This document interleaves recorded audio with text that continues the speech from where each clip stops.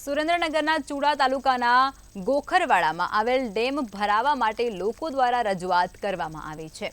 Raghav dam ભરવા માટે ચૂડા મામલતદાર કચેરી ખાતે ગોરખવાડાના લોકોએ રજૂઆત કરી હતી।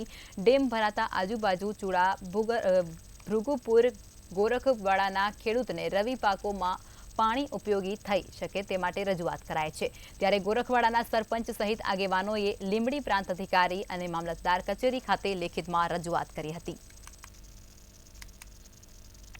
જે તળાવ છે એમાં નર્મદાની LD7 જે કેનાલ છે બોટાદ બ્રાન્ચની એમાંથી પાણી આવ્યું હતું અને તળાવમાં પાણી જે ભરાય છે એના આધારે ગામના બીજા ખેડૂતોને સિંચાઈનો લાભ મળી રહ્યો છે।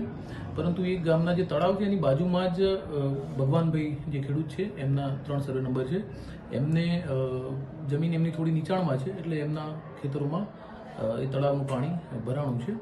હાલમાં અમે કેનાલમાંથી પાણી બંધ કરાવી દીધું છે અને બીજી બાજુ એ તળાવમાંથી ગામના બીજા ખેડૂતોને સિંચાઈ મળી રહી છે।